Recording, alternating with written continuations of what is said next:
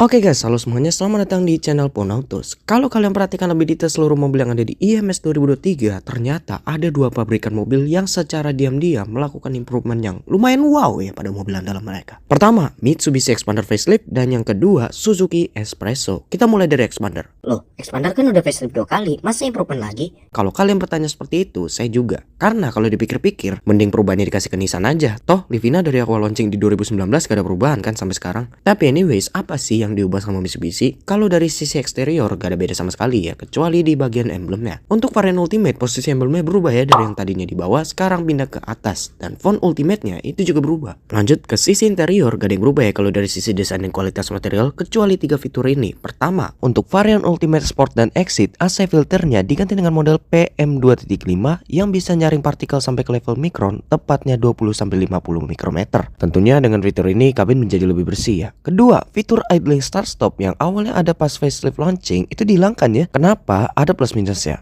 Plusnya pertama, dengan adanya fitur ISS atau Mitsubishi menyebutnya ASG, ini jadi satu-satunya di kelasnya ya. Kedua, dengan adanya ASG apalagi ditambah transmisi CVT, ini untuk Matic ya, konsumsi bahan bakar itu bisa menjadi lebih irit. Dan yang ketiga, ASG di Xpander ini itu mungkin menjadi salah satu fitur yang bisa digunakan secara terus-menerus tanpa adanya sistem mata hybrid. Tapi ternyata banyak konsumen yang komplain terhadap sistem ASG ini. Fakta menarik aja, waktu Mitsubishi mengeluarkan browser New Xpander 2021 itu nggak dicantumin ya fitur ASG. Padahal kenyataannya ada fitur tersebut. Mungkin karena pertama itu akal-akalan Mitsubishi aja, karena sebelum New Xpander launching itu ada perubahan kebijakan, yaitu menjadi pajak kendaraan yang berbasiskan emisi. Dan yang kedua itu membawa kami ke sisi minus dari ASG ini, yaitu kasar. Ya, pada saat berhenti itu emang bagus dan sigap ya, tapi pada saat kita mau jalan dan sistem ASG-nya mati, itu starternya menjadi kasar ya, dan bahkan efeknya itu bisa bikin satu mobil bergetar loh. Itu aja sih plus minusnya. For info aja, itu khusus untuk varian CVT ya. Tapi tenang aja, karena untuk yang varian manual Mitsubishi masih menyisakan fitur tersebut kok. Nah, kalau alasan dari Mitsubishi sendiri terkait dengan hilangnya fitur tersebut adalah karena transmisi CVT yang digunakan itu sudah tercapai target emisi ya. Nah, tapi apakah konsumsi BBM menjadi terkorbankan dengan hilangnya fitur tersebut? Iya, tapi gak beda jauh lah sama yang with ASG. Kalau yang sebelumnya untuk rute kombinasi itu 11,5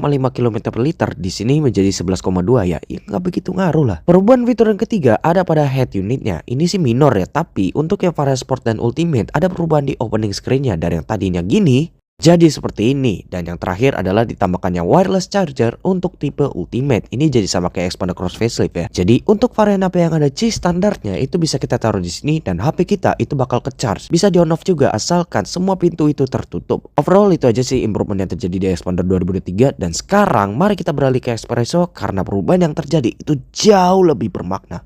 Kenapa lebih bermakna? Kita tarik garis jauh ke belakang. Espresso adalah mobil rakitan India. Ya kalian tahu sendiri lah ya stigma masyarakat terhadap mobil India gimana. Makanya awalnya orang-orang tuh sudah berharap besar bahwa semoga mobil ini tuh nggak masuk ke Indonesia karena desain dan fiturnya yang menuai banyak kontra. Namun fakta berkata lain, Espresso akhirnya tetap diluncurkan di Indonesia pada ajang Gias 2022 berstatus CBU India dan mengisi pasar antara Suzuki Ignis GL dan Karimun Wagon R. Desainnya jauh lebih kecil dari material CGC sehingga satu-satunya rival di sini adalah Renault Kwid. Kalau yang saya lihat dari sudut pandang Suzuki, mereka tuh sebenarnya tahu apa kebutuhan kita pada saat itu. Di tengah-tengah pandemi, tentunya kita ingin beli mobil yang kecil namun praktis, gampang buat kita bawa sehari-hari dan gak banyak fitur yang aneh-aneh. Intinya ya mobil yang benar-benar fungsional, bisa dipakai buat antar orang atau barang dari titik A ke titik B, tapi bukan mobil komersial. Jadi Espresso bisa jadi jawaban. Nah, karena alasan tersebut, mungkin mereka ingin mengetes pasar otomotif Indonesia, sehingga diluncurkanlah Suzuki Espresso di sini. Namun, baik di India maupun di Indonesia, mobil tersebut menuai banyak kontra dari masyarakat. Desainnya bukan selera mayoritas orang dan fiturnya itu juga sangat bertentangan dengan harga. Bahkan tren otomotif zaman sekarang ya. Harga pada saat launching itu di sekitar 155